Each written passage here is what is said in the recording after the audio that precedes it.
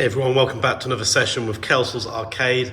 Since there were no new arcade one-ups being released lately, I decided to turn my game collecting habit onto more retro games. So I've been looking for a Game Boy for some time. I wanted to share a quick video just talking about sort of prices that you're going to be looking at to pick one of these up, and then what the top 10 games are that you might be looking to acquire. So just getting started, the Game Boys themselves I've seen going in local stores and on eBay for around $80 unboxed, and then between 500 and 1,000 boxed. We managed to get this one off of eBay. I bought the box protector separately afterwards so it can be displayed, but this was in absolute mint condition. The original headphones and the link cable are still in the little poly bags unopened, and the Game Boy itself, not a scratch on it. Very happy with this pickup. Only paid $200 for the Game Boy and Tetris as well. So I then decided to think, well, what are the next 9 games? Obviously Tetris for me is the #1 Game Boy game. It just defined the handset, and if you've watched the latest Tetris movie, the story about how it came to be licensed for Nintendo is a pretty interesting story too, so check that out if you haven't already. So after #1, what were the next 9 games that I loved as a kid? What is the top 10? Let's walk you through those, and I'm also interested to hear in the comments what you think. There are other games that I should pick up and add to the collection. So, next 2 games were easy. Number 2 has got to be Super Mario Land. We picked this up, I think it was about $25, and I got the box protector. The case itself is a little creased, a little damaged. It's got some wear and tear, but it did have the original instruction manual. And then Tennis we picked up for I think it was about $50, slightly better condition on the box. Also came with the instructions. So Tetris #1, Mario Land #2, and Tennis #3 are easy choice for the first couple of games to add to the collection. Next 3, also very easy. Balloon Kid, absolutely fantastic. Legend of Zelda and Castlevania. Now these 3 titles in particular are going to run you anywhere between $100 to $200 boxed with instructions in mint condition. There was no way I was paying that sort of money. Yes, you can get reproduction games a little bit cheaper. I decided to take an alternate route. I picked up the instruction book separately for $10. I picked up the game for like $15, and then I just got myself a reproduction outer box and brand new inner, and you end up with a mint condition, albeit a reproduction box, but mint condition copy of Legend of Zelda with the original game as well, not a cheaper reproduction. So Zelda, between Zelda and Balloon Kid, I think I'd go Zelda #4, Balloon Kid #5, and then Castlevania #6.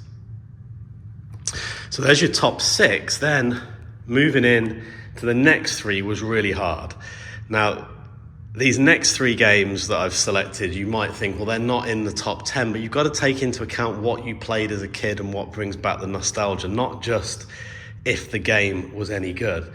Now, my next in at #7 is going to be largely based on the fact I love the film as a kid, but RoboCop, absolutely fantastic movie, and I had various different versions of this game, but albeit the graphics were not very good on the Game Boy, the developers at the time really did manage to produce some real fun playable games.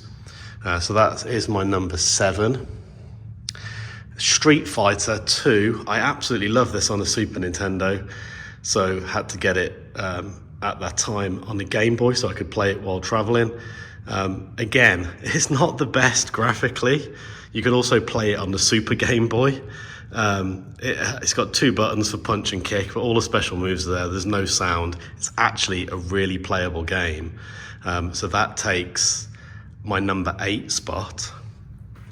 And then I just love Double Dragon. I've always loved this on the NES, on the Master System, Sega Master System I had this, and obviously in the arcade. I loved it on the Game Boy as well. So that is an easy top 9 for me. Then it gets a little harder because there's a bunch of other games that I loved the franchise, but the games weren't that good. So picking my number 10 is really hard, but it would be out of these 4 titles. So Mega Man, loved it on the NES. It's a cracking little game on the Game Boy as well. Arguably this should be higher up in the top 10.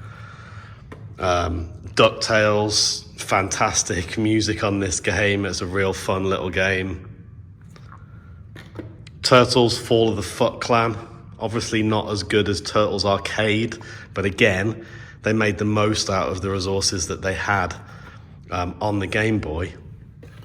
And then Bart Simpson. Loved The Simpsons as a kid. Had this and various different versions of various Simpsons titles on various consoles. But I did used to enjoy playing this on the Game Boy. I'd pick...